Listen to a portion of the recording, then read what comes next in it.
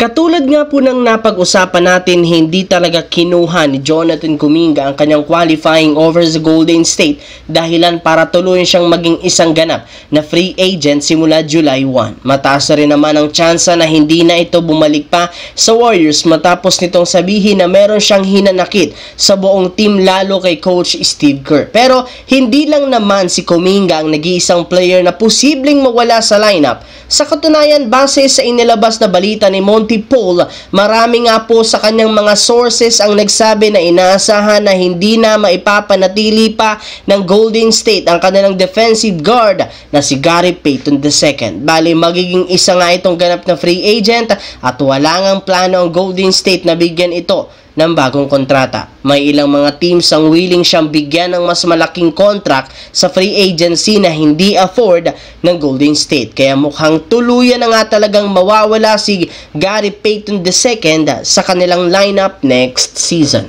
Samantala, habang nakatuon ang Los Angeles Lakers sa kanilang gagawing plano sa pagbubukas ng free agency at sa kanilang gagawing trade, hindi rin naman pinapabayaan dito ang kanilang mga superstar. Kagaya na lang ni LeBron James na nakalock in agad sa pagkuha sa kanyang player option na nagkakahalaga ng $53 million.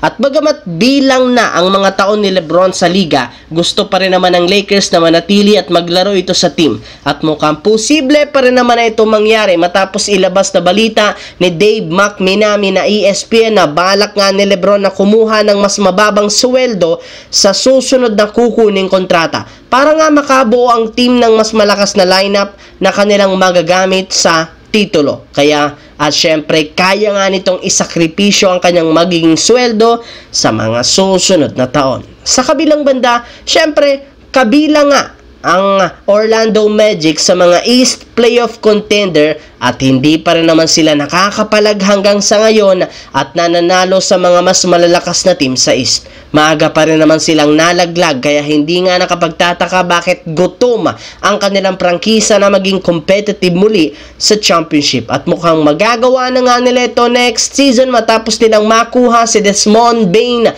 sa isang trade mula sa Memphis Grizzlies.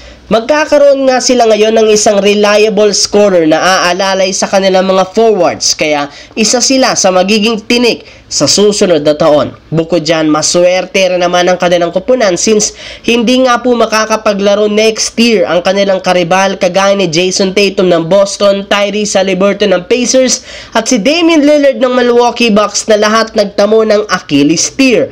Ibig sabihin ng Knicks, Cavaliers at ang Pistons lamang ang kailangan nilang paghandaan sa Eastern Conference. Kaya mataas ang posibilidad na mag-compete sa kampyonato next season ang Orlando Magic kapag gumana ang kanilang nabuong bagong lineup kasama sa Desmond Bane.